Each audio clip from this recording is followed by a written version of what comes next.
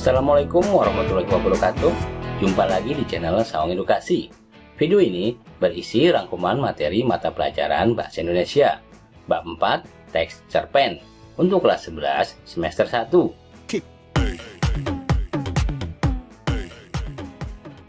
Bagi yang baru gabung, jangan lupa untuk klik like, share, dan subscribe.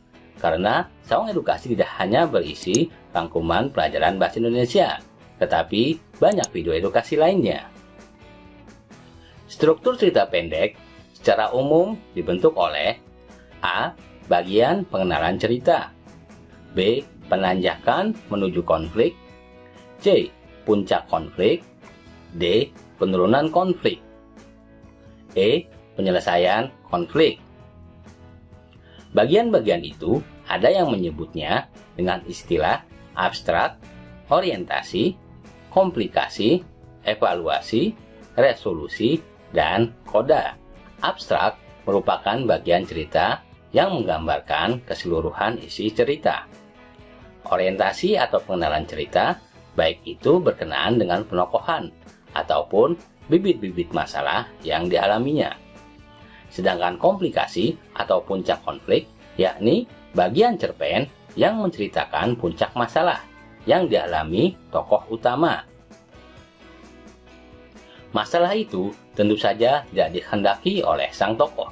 Bagian ini pula yang paling menegangkan, dan rasa penasaran pembaca tentang cara sang tokoh di dalam menyelesaikan masalahnya bisa terjawab.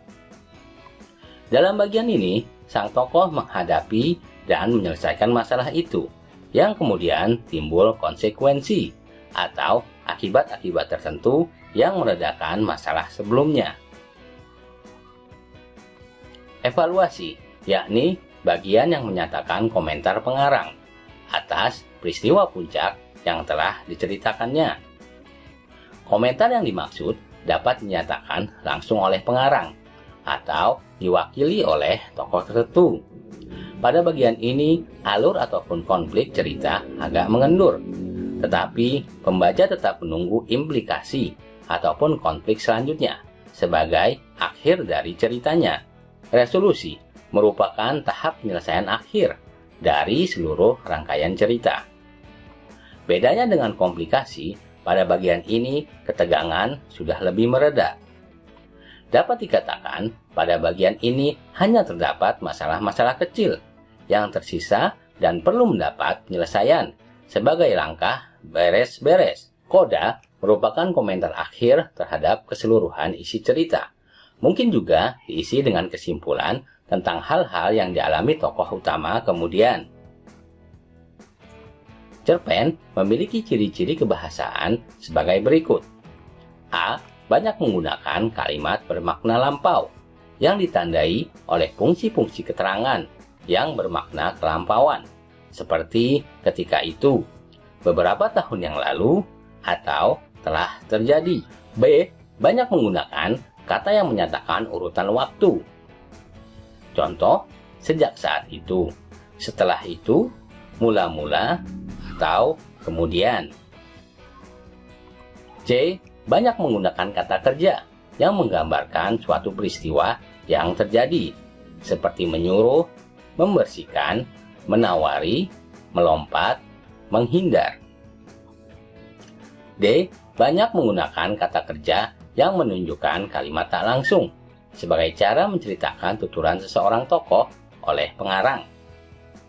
Contohnya, mengatakan bahwa, menceritakan tentang, mengungkapkan, menanyakan, menyatakan, menuturkan. E. Banyak menggunakan kata kerja yang menyatakan sesuatu yang dipikirkan atau dirasakan oleh tokoh. Contohnya, merasakan, menginginkan, mengharapkan, mendambakan, mengalami. Menggunakan banyak dialog. Hal ini ditunjukkan oleh tanda petik ganda dan kata kerja yang menunjukkan tuturan langsung. Contohnya, Alam berkata, "Jangan diam saja, segera temui orang itu." "Di mana keberadaan temanmu sekarang?" tanya Adi pada temannya. "Tidak, sekali saya bilang tidak," teriak Lani. G. menggunakan kata-kata sifat untuk menggambarkan tokoh, tempat, atau suasana. Contohnya, segala sesuatu tampak berada dalam kendali sekarang. Bahkan, kamarnya sekarang sangat rapi dan bersih. Segalanya tampak tepat berada di tempatnya sekarang, teratur rapi dan tertata dengan baik. Ia adalah juru masak terbaik yang pernah dilihatnya. Ahli dalam membuat ragam makanan timur dan barat yang sangat sedap. Ayahnya telah menjadi pecandu beratnya.